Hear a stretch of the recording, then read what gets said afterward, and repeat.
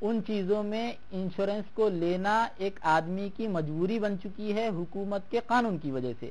لیکن جو آدمی انشورنس کمپنی میں امپلائی بننا چاہتا ہے اس کی یہ مجبوری نہیں ہے کہ وہ انشورنس کمپنی میں ہی امپلائی بنے، بلکہ وہ انشورنس کمپنی کے علاوہ کسی اور کمپنی میں بھی اپنا جاب دیکھ سکتا ہے، کوئی اور ملازمت بھی وہ تلاش کر سکتا ہے. تو دوسری بہت ساری ملازمتوں کو چھوڑ کر وہ اس انشورنس کمپنی والی ناجائز کے دائرے میں آنے والی جاب کو اگر لیتا ہے تو پھر وہاں پر اسلام کہتا ہے کہ یہاں پر شبہ ہے، اس سے تم بچنے کی کوشش کرو. احتیاط کی جائے انشاءاللہ. بہت شکریہ مولانا. ناظرین وقت تو چلا ہے مختصر سے وقفے کا، آئیے چلیں وقفے کی جانب اس امید کے ساتھ کہ آپ کہیں نہیں جائیں گے، ہم لوٹ رہے ہیں. طيبة يا طيبة يا دعوة الأيام اشتقنا لك والهوى نادانا.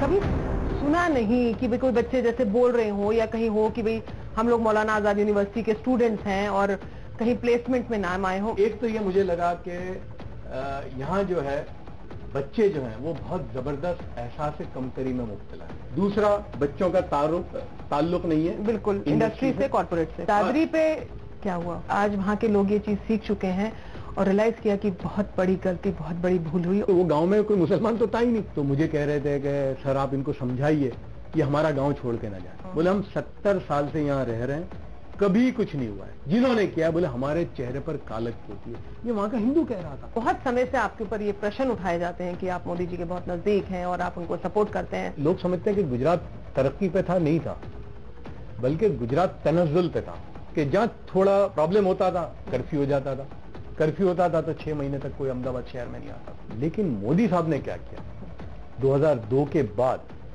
12 سال ایسے گزرے ہیں کہ ایک دن کا کرفیو نہیں ہوا.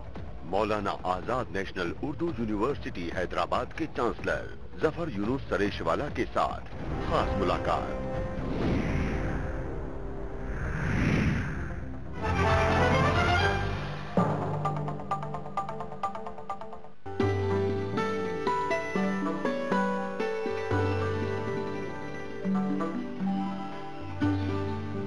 دو چار قدم چل کے تم ہی لوٹ گئے ہو، ورنہ یہ سمندر تو اترنے کے لیے تھا.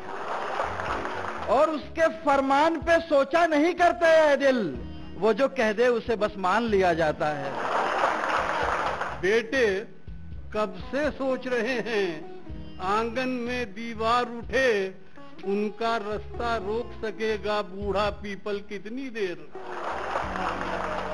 تم مجھے بھول کے خوش ہو تو بکھرتے کیوں ہو، اور اتنے سچے ہو تو تنہائی سے ڈرتے کیوں.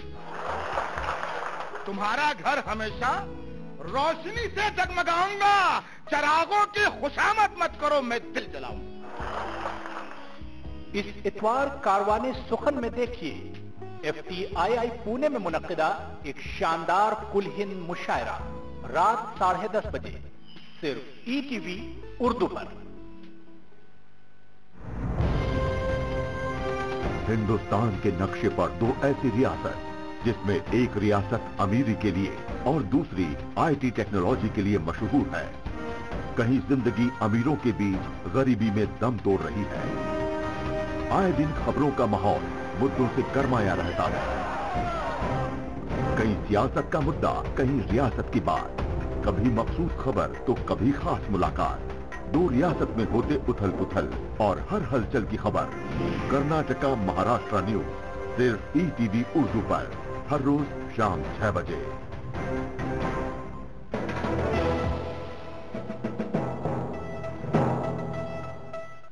يا طيبة يا طيبة يا دعوة الأيام اشتقنا لك والهوى نادانا.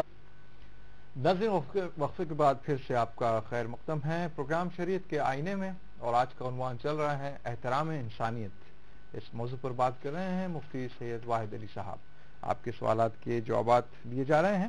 کوئی کالر لائن پر موجود ہے، دیکھتے ہیں کون ہے. السلام علیکم. وعلیکم السلام. محترم کون، کہاں سے؟ سر میرا نام محمد عادل، میں UP سے ہوں. محمد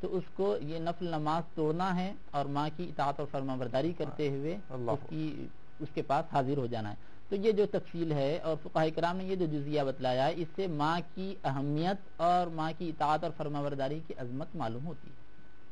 اس پر مزید روشنی ڈالی جائے گی، کیونکہ اتنا آسان سوال نہیں ہے جس پہ بات کہہ کر ہم ختم کریں، کیونکہ یہ بہت ہی اہم سوال ہے جس پہ ہم بات کرنی چاہیے.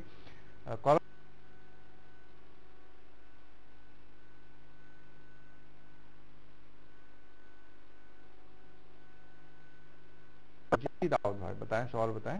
یہ میڈیکلیم جو ہوتا ہے انشورنس میں، اس میں پریمیم بھرنا پڑتا ہے اور پھر جو اپنے ہاسپٹل میں ایڈمٹ ہوتے ہیں اس کا بعد میں اپنے کلیم کرتے پریمیم، جی تو وہ جائز ہے کہ ناجائز ہے؟ ٹھیک ہے بتاتے ہیں. بہت شکریہ آپ نے ہمیں کال کیا اور بہت اچھے سوال آپ نے کیا، انشاءاللہ اس کا جواب لیتے ہیں.